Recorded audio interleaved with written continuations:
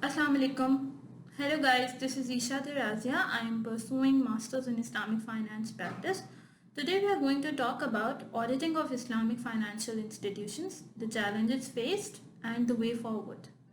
Let's start with a basic understanding of what auditing is. Auditing can be described as the inspection of financial reports or operations to provide reasonable assurance and give an opinion on the true and fairness of business practice. The timeliness and credibility of audit report is very important so as to enable the stakeholders, especially investors, to make important decisions. And audits are of two types, internal and external. Now coming to the contemporary practices of IFI.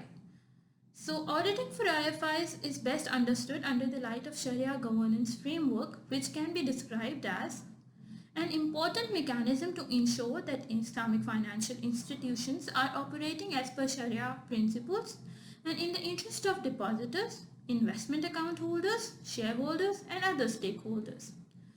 Thus, the basic purpose of Sharia governance framework is to ensure that business is following Sharia rules, that the business fulfills Maqasid Sharia by protecting interest of all stakeholders and ensuring justice, and that provides a level of satisfaction and assurance to stakeholders that their money is invested in the right manner. However, when it comes to the standards, there are three bodies which have given Sharia governance frameworks.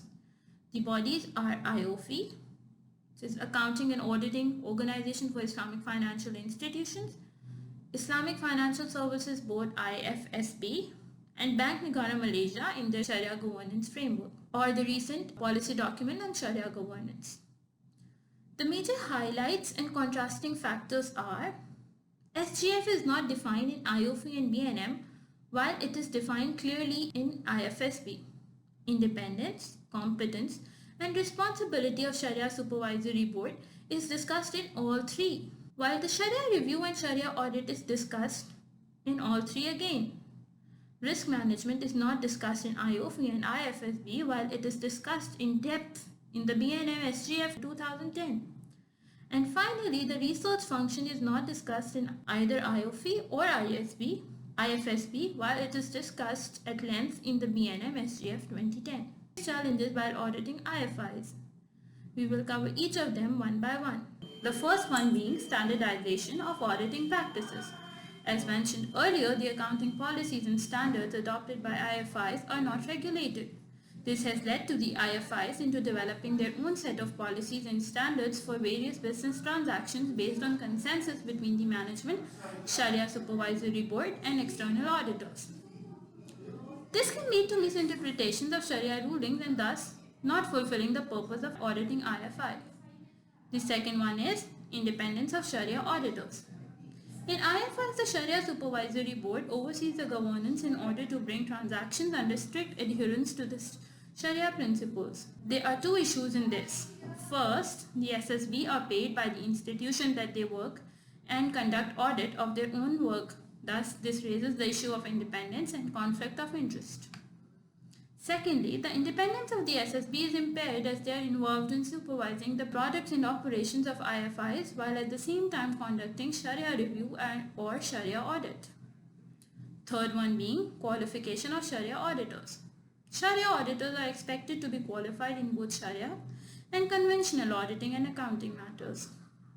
The lack of auditing practitioners that are qualified and experienced in both Sharia and conventional auditing could negatively affect the growth of Sharia auditing and IFIs as a whole. Fourth one being lack of accountability of Sharia auditors.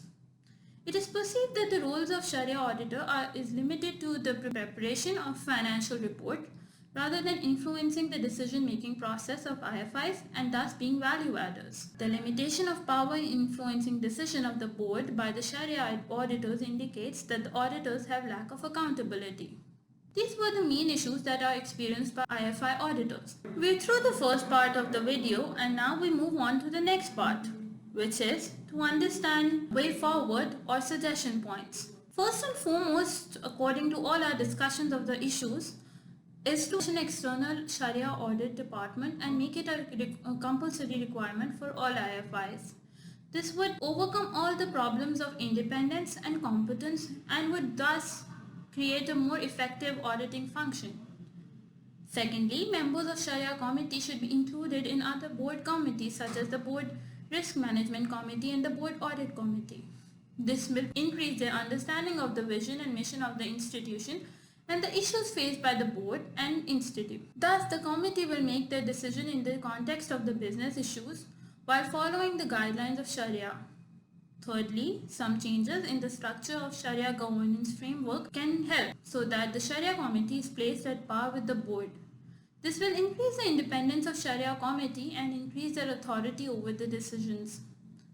Fourthly, scholars from economics, finance, law and political science should be included in Sharia boards as practiced in Sudan in order for making well-informed decisions. To take this one step further, the Sharia board members should at least possess basic knowledge of fiqh and usul fiqh. Finally, standard setting bodies should collaborate to develop a comprehensive Sharia governance framework that would promote good and standardized governance and can be implemented globally throughout any IFI. That's all for today. I hope that this brief talk was beneficial to you in understanding and developing your perspective. Jazakallah khair.